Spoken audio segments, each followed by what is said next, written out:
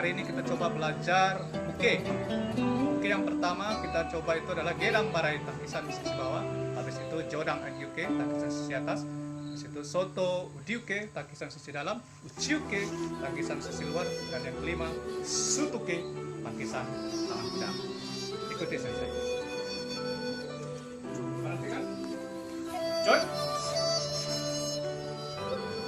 Gedang barai. Hei.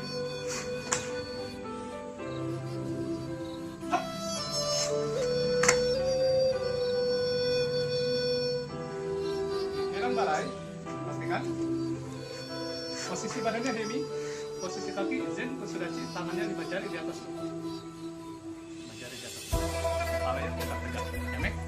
Yang kedua adalah jorang agyuke, jorang. Hei, hei,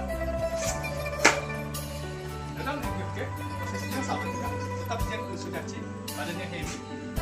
Pandangan tegak, tangan jangan menghalangi kepala. Ini harus direk sedikit biar dipukul bisa nafis bisa. Dan yang ketiga adalah soko udiuke, yamen. Soko udiuke, tangisan sisi dalam. Hei, hap. Soko udiuke, tangisan dari luar, tangkis ke dalam. Tangkis seperti ini, pukul dia mengeblok kemari. Badannya hemi, pandangannya tegak, kakinya jen kusudachi, yamen. Dan yang keempat adalah chiuke, tangkisan sisi luar. Ambil dari dalam, tangkis keluar. Chiuke, hap. Hei. Chiuke, posisi kaki masih tetap jen kusudachi. Ambil dari dalam, tangkis keluar.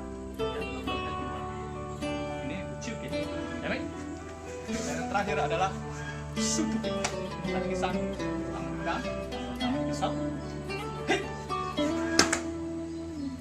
hap. Untuk sutuke, tangan kudanya menggunakan kusudachi. Kusudachi. Tangannya taruh di ulu hati seperti ini.